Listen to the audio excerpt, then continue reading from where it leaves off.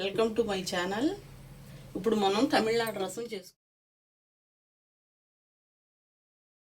నేను 3/4 లీటర్ నీళ్ళు తీసుకున్నానండి. ఈ పెద్ద నిమ్మకాయ సైజ్ అంతా చింతపండు,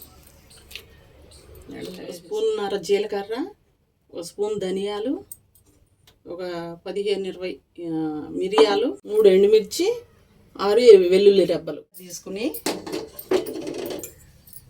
ధనియాలు, ఎండుమిర్చి, వెల్లుల్లి, జీలకర్ర, మిరియాలు ఇవన్నీ కచ్చాపచ్చాగా మిక్సీ చేసుకుంటామండి.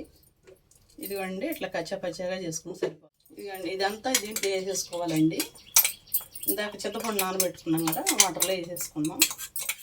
స్టవ్ వెలిగించుకుందామండి. స్టవ్ వెలిగించుకుని కొంచెం ఇది మరగబెడదాం. కొంచెం సాల్ట్ వేసుకుందామండి, దానికి రుచికి సరిపడా. కొంచెం పసుపు. అండి అయిపోయినాయి, బంద్ చేసేద్దాం. ఇది పక్క పెట్టేసుకుని దీన్ని పోపు పెట్టుకుందాం. స్టవ్ వెలిగించుకుందామండి.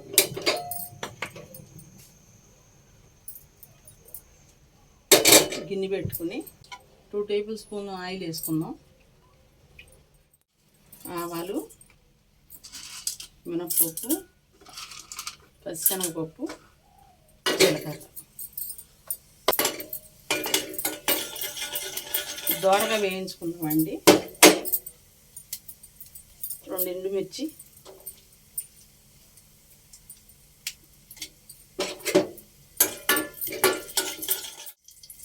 ఉల్లిపాయ 2 మీడియం సైజ్ ఉల్లిపాయ తీసుకున్నాను. పొడవు కట్ చేసుకుని,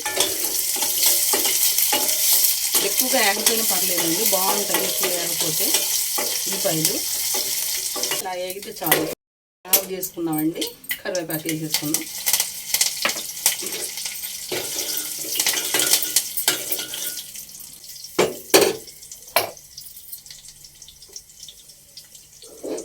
చారు అయిపోయినా తీసుకుని పోసుకుందాం.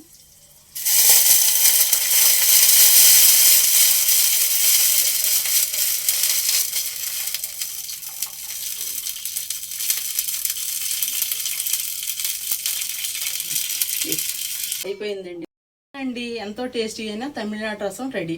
మా వీడియో మీకు నచ్చినట్లయితే లైక్ చేయండి, షేర్ చేయండి, కామెంట్ చేయండి, సబ్స్క్రైబ్ చేసుకోండి. Thank you.